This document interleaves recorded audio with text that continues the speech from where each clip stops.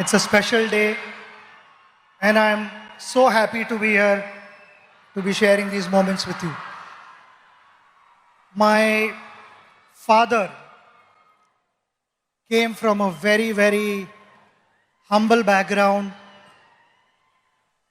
had a challenging life because the pockets were not deep. We stayed in 2 rooms in a chawl, which was a kitchen cum bedroom and a living room cum bedroom. And why I'm saying this is because my father was extremely passionate about academics. He became a professor, he also was a poet, and he continued to chase his dream. He did not have the best of facilities, but he made the best of what he had. So in those 2 rooms, he found a corner and stood first in BA and MA and won a gold medal. When I was growing up and I watched him, he was extremely gentle, extremely patient with me. So whatever mistakes I made as a child, I was convinced, he explained to me and I got convinced. It was never that he tried to correct me forcibly. And that created a huge positive impact on me. I learned so many things from him. He was extremely patient. And why I say this?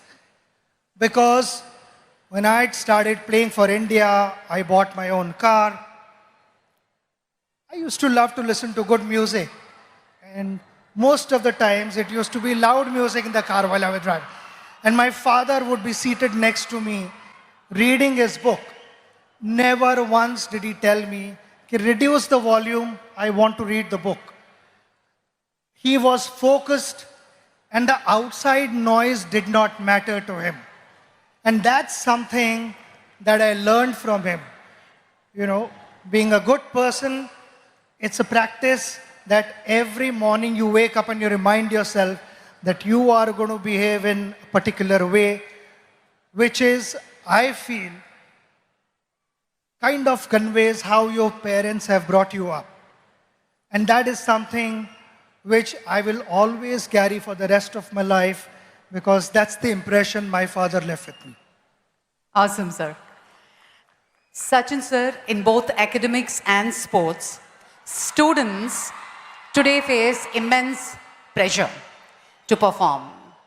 From your experience, how do you deal with this pressure? Pressure is on everyone at every level. You meet any individual in this room, we will have pressure.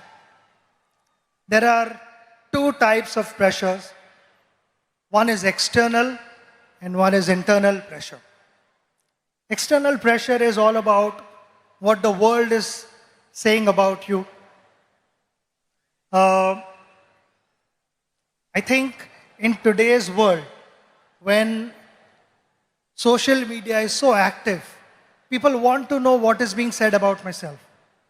Generally, every individual is bothered about that. When I went out to bat, you have to learn how to use that to your advantage. When I went out to bat, I used to get reception like this, which was fantastic. Sometimes it was overwhelming. Sometimes I felt I was not in the frame of mind to start my innings. I just needed that break. I needed the crowd to settle down a bit.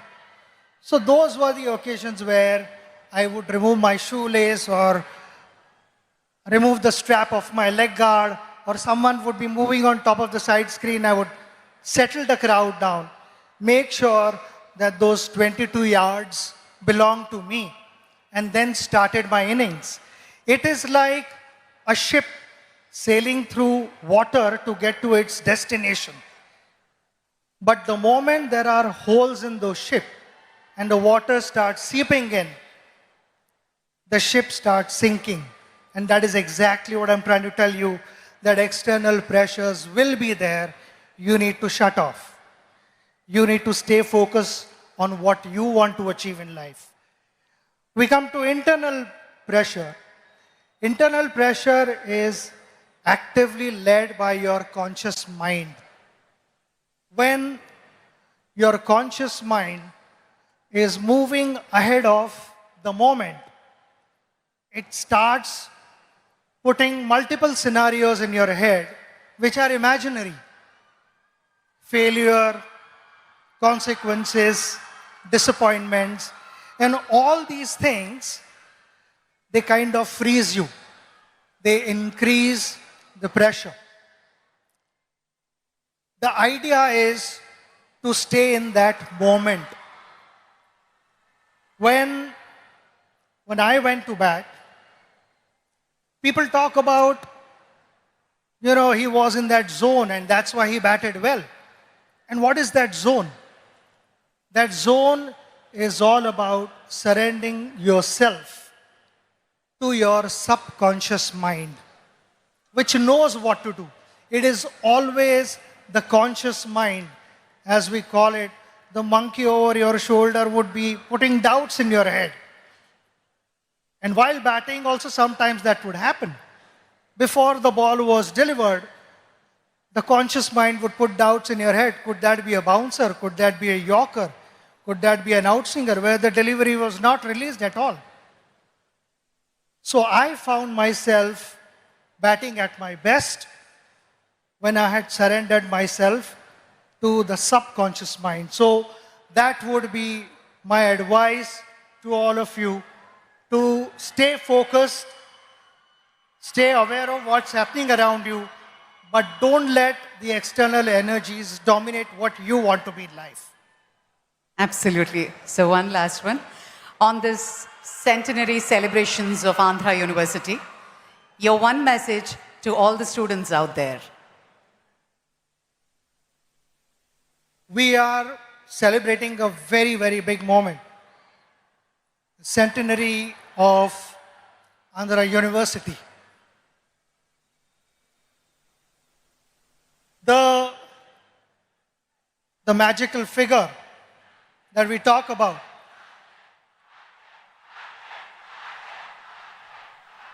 happened with the contribution of many. The teachers who taught for decades. And there are many illustrious people who have been able to shape our country, who have to give a new meaning to the youth of India, who have guided them. And all these things would never have happened without the guidance of all those teachers who imparted knowledge with a lot of humility and integrity. But those were the last 100 years. But with impeccable reputation of the university, the responsibility lies on the next generation and generations to follow. Now, how do you, with such impeccable reputation, please understand that the expectations are going to be high. And if the expectations are high, the responsibility automatically increases. I want to take this opportunity to wish you the very best of luck, because I know my father, being a professor, how committed he was and what gave him the most satisfaction when he got to hear good things about his students. I personally felt that was his greatest return gift. And so would be the teachers of this university. At the pace that the world is moving,